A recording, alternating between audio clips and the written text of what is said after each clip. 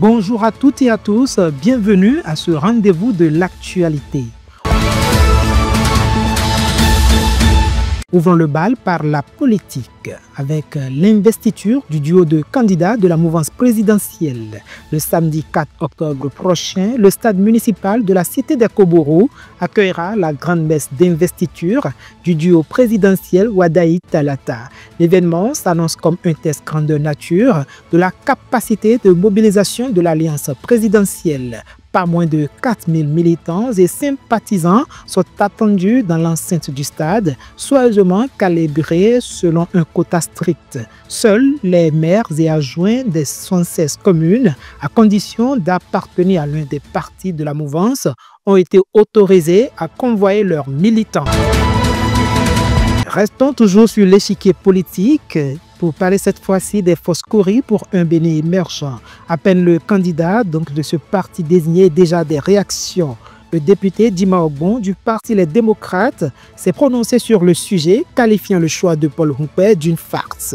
Pour le député du parti Les Démocrates, Dima Ogbon, le parti Foscori pour un Bénin émergent FCBE devrait se rendre compte qu'il ne peut faire l'affaire et se déclarer incapable pour différentes raisons. Selon le démocrate, il est compliqué d'être un parti d'opposition et bénéficier du parrainage de partis de la mouvance présidentielle si on ne prête pas flanc à un match amical.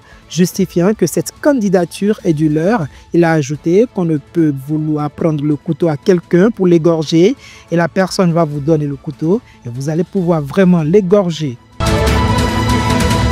Parlons sécurité à présent. Dans l'optique de la modernisation du dispositif sécuritaire, il a été mis en service au Bénin le fichier automatisé des empreintes digitales et palmaires AFIS.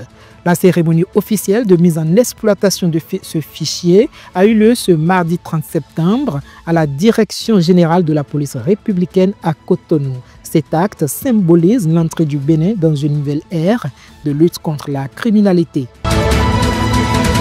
En interactualité pour boucler cette session d'information, la force unifiée des États membres de l'AES est désormais opérationnelle au Niger. La coopération militaire entre le Mali, le Burkina Faso et le Niger prend forme concrète. Le président nigérien, le général Abdourahmane Tiani, a confié mardi 30 septembre à Bamako la mise en place de l'état-major commun de la force unifiée de l'Alliance des États du Sahel, FUAES. Cette annonce marque l'entrée de la nouvelle force régionale dans sa phase opérationnelle. Selon RFI, le poste de commandement est désormais basé à Niamey au sein de la base aérienne 101, autrefois utilisée par les forces françaises de l'opération Barkhane.